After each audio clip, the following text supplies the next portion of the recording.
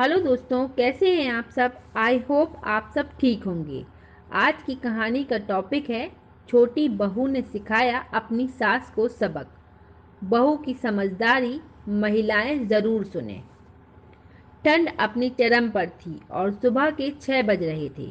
घर की सबसे छोटी बेटी नैना की शादी कल रात को हो ही गई थी और उसकी विदाई भी कर दी गई थी।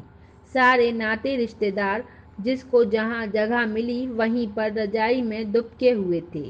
शादी की थकान थी, इसलिए कई लोगों के खर्राटों की आवाज़ भी आ रही थी, जबकि रिश्तेदार महिलाएं रजाई में दुबकी दुबकी ही चाय की चुस्कियों के साथ आपस में बतिया रही थीं, जिन्हें कल रात तक ठंड नहीं लग रही थी और बन ठन कर इधर उधर घूम रही थीं।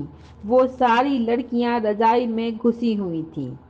वहीं दूसरी तरफ घर की दोनों बहुएं ममता और रजनी दौड़ दौड़ कर सबकी फरमाइशें पूरी कर रही थीं। किसी को चाय चाहिए थी तो किसी को गर्म पानी। जो नौकर घर में काम के लिए रखा था वो भी 8 बजे तक आएगा। तब तक बहुओं की भागम भाग जारी थी। सबको चाय देने के बाद दोनों बहुएं किचन में पहुंचकर चाय पीने बैठी ही थीं कि पीछे पीछे सासू माँ कौशल्या भी किचन में आई और बोली, अरे तुम दोनों कहाँ चाय पीने बैठ गई? अभी तो कितना काम पड़ा है। माँ जी, बहुत जोरों की ठंड है, हाथ पैर कांप रहे थे तो सोचा पहले चाय पी लेते हैं, थोड़ी गर्माहट ही मिलेगी। छोटी बहू ममता बोली, अरे तुम दोनों कहाँ चाय के चक्कर में बैठ गईं? कुछ रिश्तेदारों ने तो जाने की तैयारी शुरू कर दी है। उनके जाने से पहले उनके लिए शगुन के लिफाफे और मिठाई के डिब्बे तैयार कर दो। और हाँ, याद रखना कोई कमी ना रहे। 3 तरह के डिब्बे तैयार करने हैं। पिछली बार की तरह गलती मत करना। मुझे लोगों की बात सुनने की आदत नहीं। 3 तरह के डिब्बे की बात सुनकर छोटी बहू ममता ने हैरान होकर पूछा, 3 तरह के डिब्बे मतलब? तू चुप कर छोटी बहू, कुछ पता तो है? नहीं, बड़ी बहू से पूछ लेना, उसने तुम्हारी शादी में भी काम किया था तो उसको अच्छे से पता है। बस लापरवाही ना करना। यह कहकर कौशल्या जी किचन से बाहर निकली और जाकर रजाई में दुबक कर बैठ गईं। छोटी बहू ममता ने अपनी जेठानी की तरफ देखा तो वो बोली, अभी काम करेंगे ना तो पता चल जाएगा, परेशान क्यों हो रही हो। चलो पहले कमरे में चलते हैं, वहीं 3 तरह के डिब्बे रखे होंगे। रजनी के कहते ही उसके पीछे पीछे ममता भी चल दी। कमरे में पहुंचकर वहां का ताला खोला और अंदर जाकर दरवाज़ा बंद कर लिया। देखा तो वहां एक तरफ 3 आकार के कुछ मिठाई के खाली डिब्बे रखे हुए थे।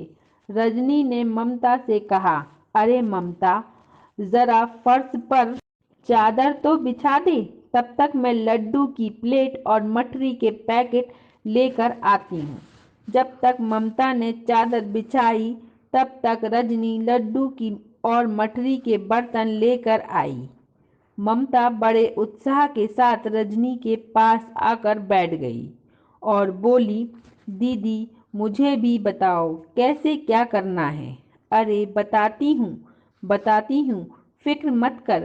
पहले 2-3 डिब्बे पैक कर दूं ताकि तुझे समझ भी आ जाए। ममता बड़ी गौर से रजनी को काम करते हुए देखने लगी। देखा तो रजनी ने तीनों साइज का एक एक डिब्बा उठाया। सबसे बड़े डिब्बे में 10 लड्डू और गिनकर 10 मठरी रख दी। उससे छोटे डिब्बे में 5 लड्डू और 5 मठरी। वहीं सबसे छोटे डिब्बे में 3 लड्डू और गिनती की 3 मठरी रख दी। 3 डिब्बे को तैयार कर देने के बाद रजनी ममता से बोली, समझ में आया कैसे क्या करना है?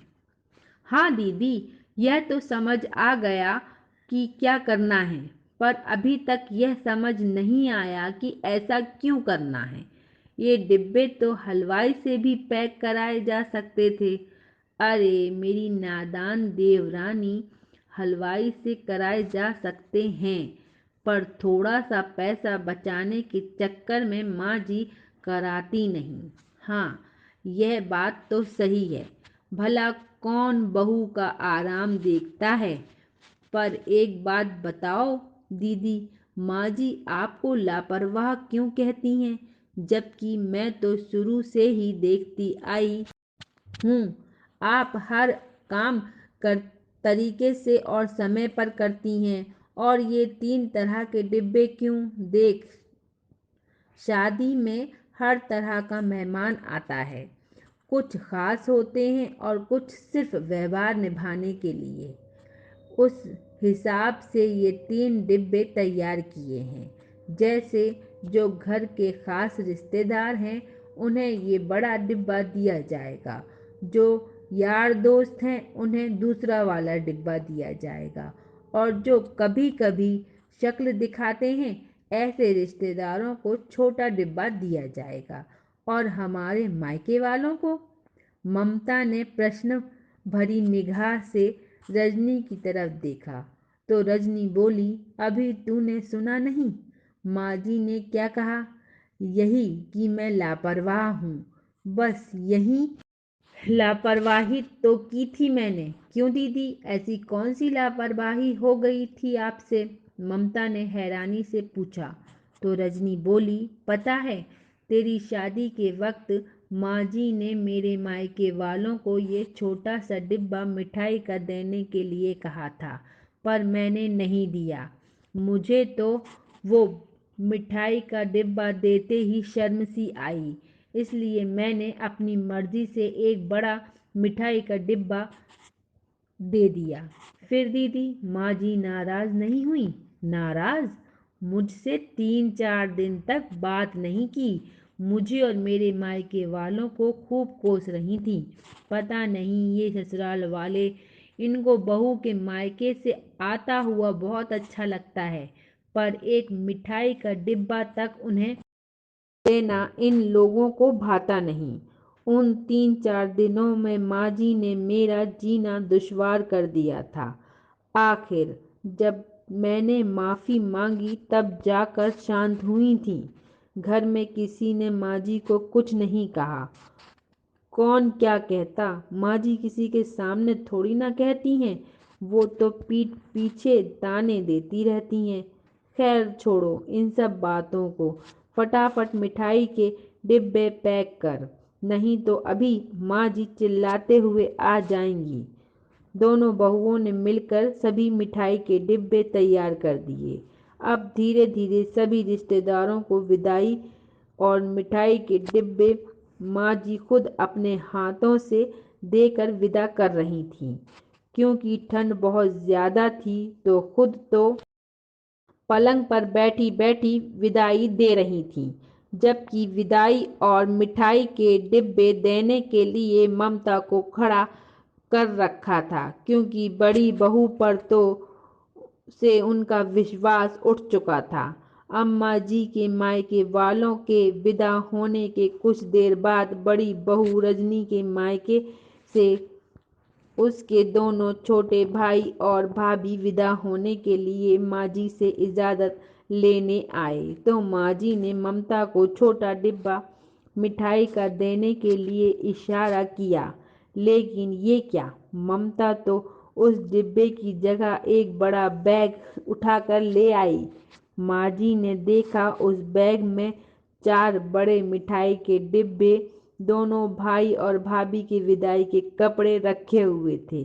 इससे पहले माँ जी कुछ कहती, ममता ने नारियल निकाला और उस पर 500 का नोट रखकर रजनी को पकड़ाते हुए बोली, लो दीदी, अपने भाइयों को तिलक करके विदा करो। आपको अपने ससुराल के रीति रिवाज पता नहीं है क्या? माँ जी के साथ रहकर भी आप कुछ नहीं सीखीं?